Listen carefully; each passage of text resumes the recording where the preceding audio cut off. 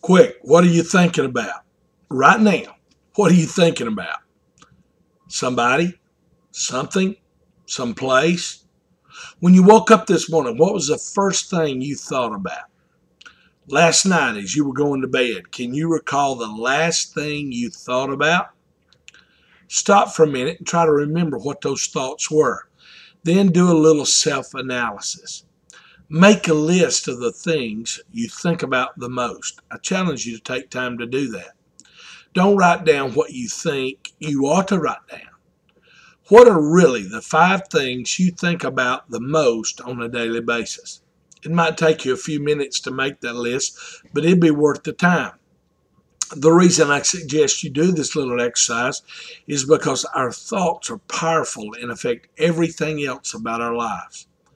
What you think affects how you feel. How you feel affects what you do.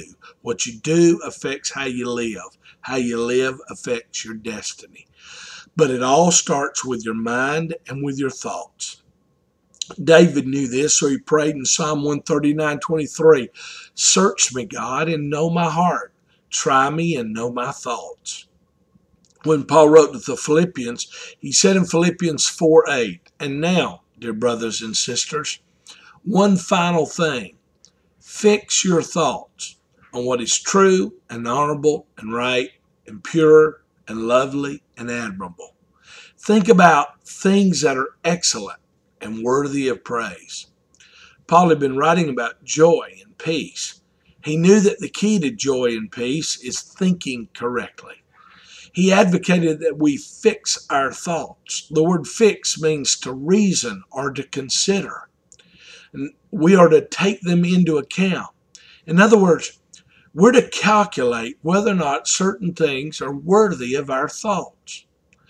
We need to quit what I call stinking thinking, and we need to start worthy thinking. Paul said the things worthy of thought are things that are true, honorable, right, pure, lovely, and admirable. So, if it's not true, it must be wrong, and thus it's stinking thinking. Don't waste your time thinking thoughts that have not been proven to be true. Conjecture and speculation don't fit into the category of true. If you do not know for a certainty a thing is true, don't spend time thinking about it. Honorable is the word for respectful and admirable. The opposite of that would be having thoughts that are disrespectful or degrading thoughts. Stinking thinking thinks bad toward people.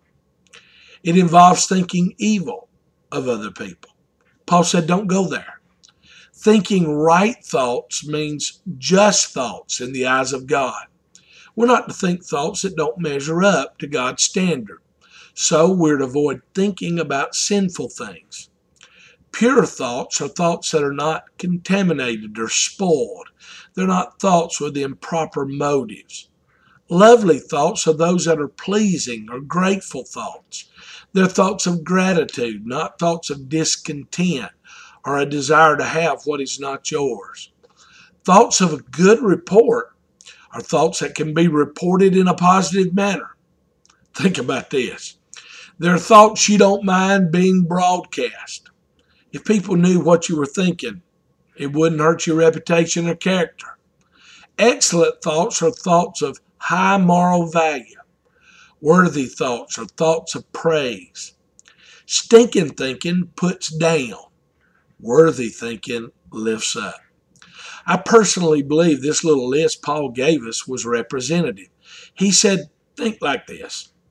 As you pause to consider what you think about, run it through the filter of things Paul has just rattled off. The things you spend the most time thinking about. Do they pass this filter test? The Bible talks about all kinds of stinking thinking we are to avoid. Matthew 5:28 talks about lustful thinking. Matthew 9:4 talks about evil thinking. Matthew 12 talks about divisive thinking. Luke 1:51 talks about haughty or proud thinking. Acts 4 talks about foolish thinking. Romans 1 talks about wrongful actions thinking. Corinthians talks about childish thinking and ignorant thoughts and darkened thoughts. Again, Corinthians talks about jealous thinking or slanderous thoughts. These are all stinking thinking. This way of thinking is destructive to others and to ourselves. We need to think on the things Paul spoke of.